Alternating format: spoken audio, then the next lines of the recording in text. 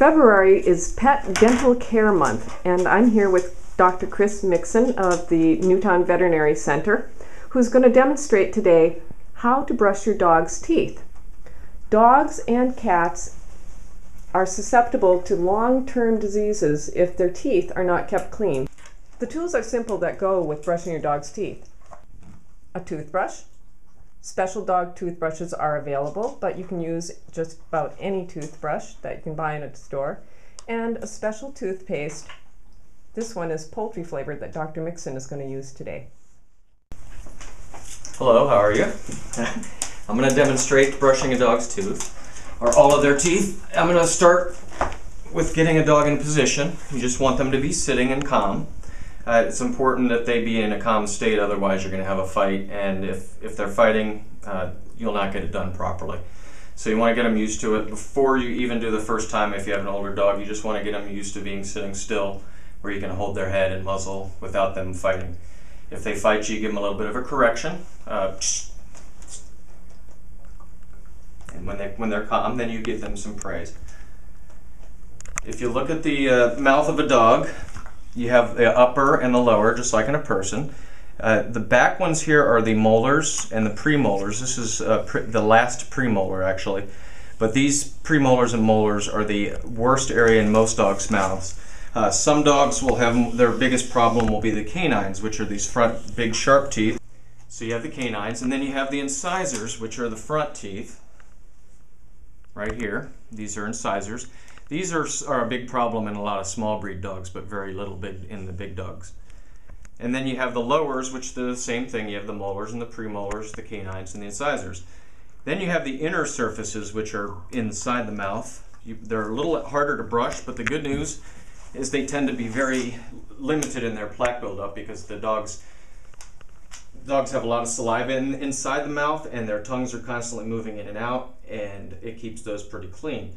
The other thing is the outer molars here, and the premolars, don't come in contact with the other teeth in chewing, so they don't tend to get as clean as the lowers. So we'll see dogs with problems with their uppers, and their lowers will look nice and perfect.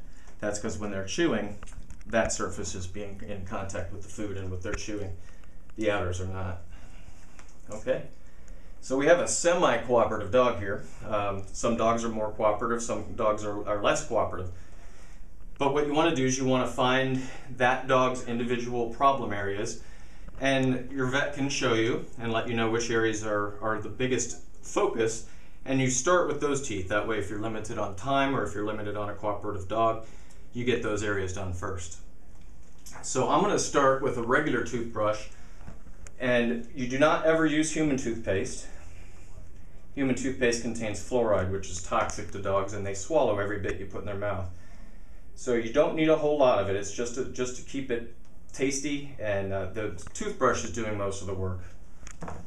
So what I'm going to do is I'm going to start with her problem areas, which are her upper outer molars, which is, like I said, the most common place. So you just want to get in here, and you just want to brush it, and then same as in humans, you brush with an upper angle along the gum line, so you get what's up under the gums, because there's a little space between the tooth and the gums all around the mouth, and all people too. And so you get in there, you brush, get as back as far as you can, and this tastes good. So then I usually switch to the other side again, because the cooperation level might wane as we get further along, and just do the best you can with what time you have. What I'm going to do now is I'm going to move to the other problem area, which is the canines and the other premolars.